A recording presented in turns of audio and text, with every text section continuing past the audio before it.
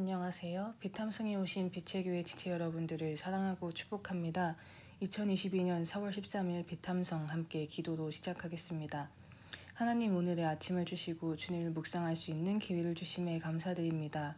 고난주간으로 주님의 고난에 조금이나마 참여하기 원합니다. 주님을 더욱 알게 하시고 이 말씀을 통해 하시고자 하시는 말씀을 알게 하여 주시옵소서.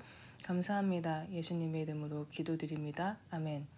오늘 우리가 함께 공부할 본문은 마태복음 27장 15절에서 23절로 예수님을 십자가에 못 박으라고 군중들이 외치는 말씀입니다. 그럼 차근차근 공부해 보겠습니다. 15절에서 17절. 명절 때마다 총독이 무리가 원하는 죄수 하나를 놓아주는 관례가 있었다. 그런데 그때에 바라바라고 하는 소문난 죄수가 있었다. 무리가 모였을 때 빌라도가 그들에게 말하였다. 여러분은 내가 누구를 놓아주기를 바라오? 바라바요? 그리스도라 하는 예수요. 명절 때에 총독이 죄수 하나를 놓아주는 관례가 있었습니다. 그 당시 총독이었던 빌라도는 예수님을 놓아주기를 원했던 것 같습니다.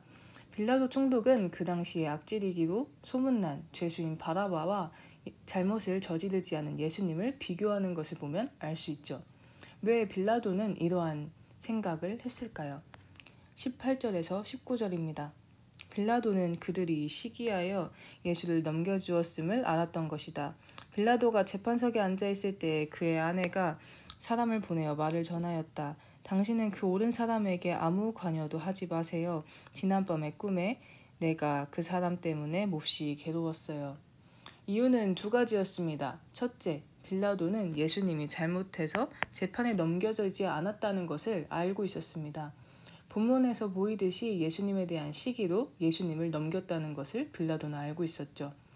빌라도는 이것이 옳다 생각하지 않았던 것 같습니다. 둘째, 그의 아내가 했던 말 때문입니다. 빌라도의 아내는 사람을 보내면서까지 이와 같은 말을 빌라도에게 전합니다. 당신은 그 옳은 사람에게 아무 관여도 하지 마세요. 지난밤 꿈에 내가 그 사람 때문에 몹시 괴로웠어요. 사랑하는 아내의 말인데 아내의 말대로 하고 싶었을 것입니다. 그 당시 총독이었던 빌라도가 예수님의 편이니 예수님은 풀려날 수 있어 보이기도 합니다. 하지만 결과는 우리가 아는 것처럼 예수님께서 십자가를 지시게 됩니다. 앞서 본 듯이 빌라도가 예수님을 풀어주고자 합니다. 하지만 빌라도의 생각과는 다른 방향으로 사건은 흘러가게 되죠. 20절에서 21절입니다.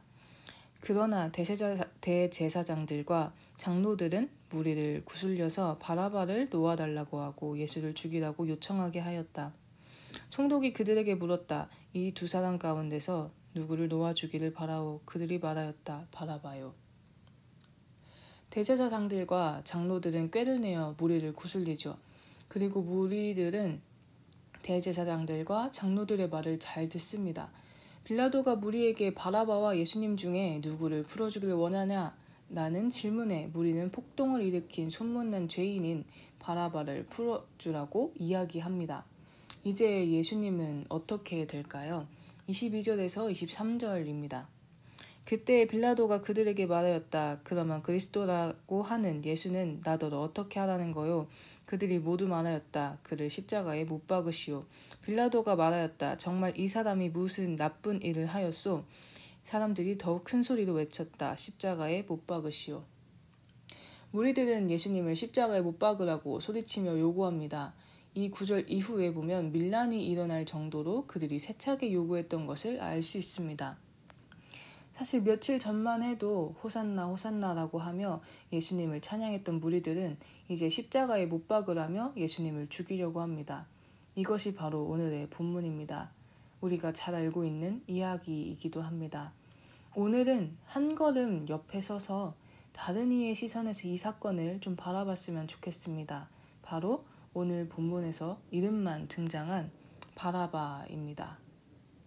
바라바라는 죄수는 사실 오늘 본문이 등장하는 현장에 있던 사람은 아닙니다. 조금 떨어진 감옥에 갇혀 있었을 뿐이죠. 하지만 군중들의 외치는 소리, 십자가에 못 박으시오 라는 말은 분명히 들렸을 것입니다. 이때 그의 심정은 어땠을까요? 제가 만약 바라바라면 첫째는 내가 죽지 않겠구나 라고 하며 안심했을 것입니다. 그리고 둘째는 나 대신 죽는다는 그 예수에 대한 궁금증이 생겼을 것입니다. 그리고 만일 그가 예수님을 진정 알게 되었다면 예수님을 믿게 되지 않았을까 조심히 추측해 보기도 합니다. 그러면 그 바라바는 누구인가요? 성경에서 나오는 이 바라바의 이름의 뜻은 아버지의 아들이라는 뜻입니다. 즉 아무개와 같은 것이죠. 그리고 바라바는 오늘 본문에서도 보았듯이 소문난 죄수였습니다. 여러분 혹시 이 설명을 들었을 때 혹시 생각나는 사람이 있으신가요?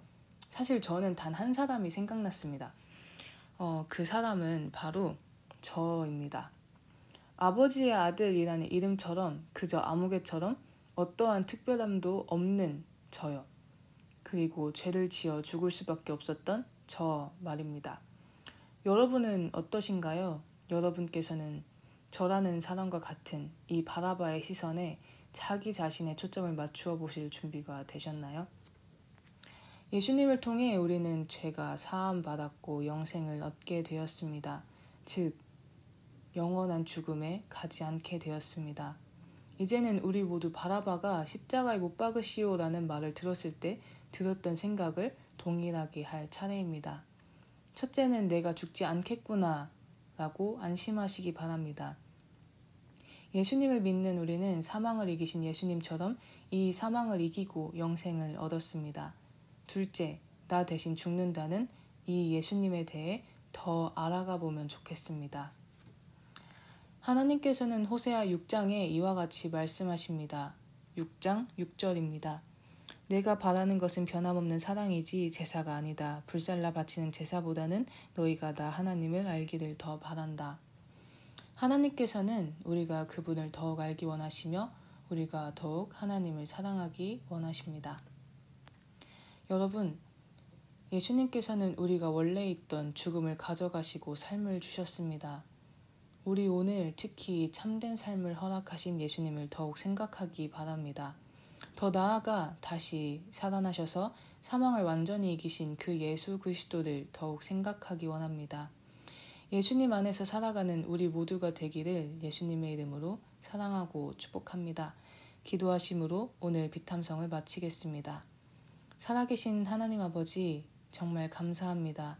아무것도 아닌 나, 죄인인 나를 대신해서 십자가에 달려 돌아가시며 나에게 삶을 주심에 감사드립니다. 그 삶을 주님을 위해 사용하기 원합니다. 주님의 뜻을 더욱 알게 하시며 예수님의 뜻대로 살아가게 해주세요. 감사합니다. 예수님의 이름으로 기도드립니다. 아멘.